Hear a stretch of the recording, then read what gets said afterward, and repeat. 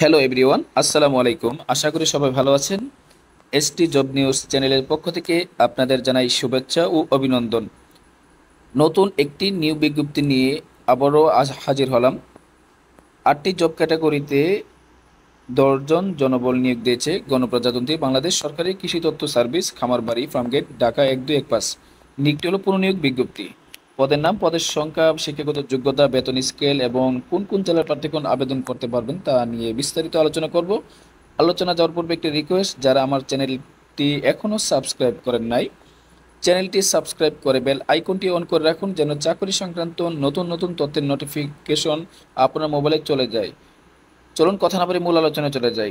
1 নম্বর ক্যাটাগরিতে রয়েছে সহকারী সম্পাদক, বেতন 11,300 থেকে 27,300, বেতন গ্রেড 12, বয়স 30, পদের সংখ্যা 1।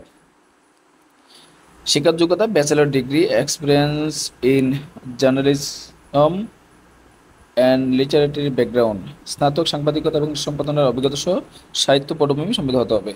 2 নম্বর ক্যাটাগরিতে রয়েছে কম্পোজিটর, বেতন 16তম গ্রেডে 9,300 থেকে 22,990, বয়স 30, পদের সংখ্যা 1। ক্যাশিয়ার কাম অ্যাকাউন্ট্যান্ট, বেতন 16তম গ্রেড 9,300 থেকে 22,490, বয়স 30, পদের সংখ্যা 1।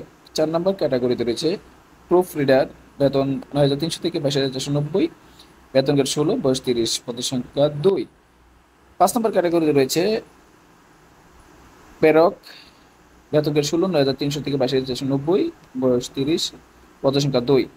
6 নম্বর ক্যাটাগরি রয়েছে পেইন্টার, বেতন গ্রেড 16, 9,300 থেকে 22,490, বয়স 30, পদের সংখ্যা 1।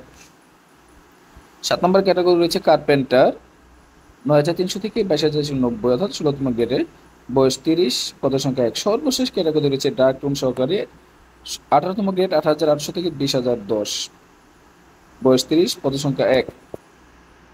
তো কার্পেন্টার 8ম শ্রেণী পাশ সংশ্লিষ্ট বিষয়ে স্বীকৃত প্রতিষ্ঠান কার্পেন্টার হিসেবে ট্রেড করছে, সনদ সহ 2 বছর অভিজ্ঞতা, বাস্তব অভিজ্ঞতা সম্পন্ন থাকতে হবে। তো আবেদনটি অবশ্যই আপনাকে অনলাইনে করতে হবে। আবেদনের শেষ তারিখ 5 সেপ্টেম্বর 2024। আবেদনের লিঙ্ক এবং নিয়োগ বিজ্ঞপ্তির লিঙ্ক ডেসক্রিপশন বক্সে দেওয়া থাকবে। অনুগ্রহপূর্বক ডেসক্রিপশন বক্স ভিজিট করুন। ভালো থাকুন, সুস্থ থাকুন। আসসালামু আলাইকুম রহমতুল্লাহ।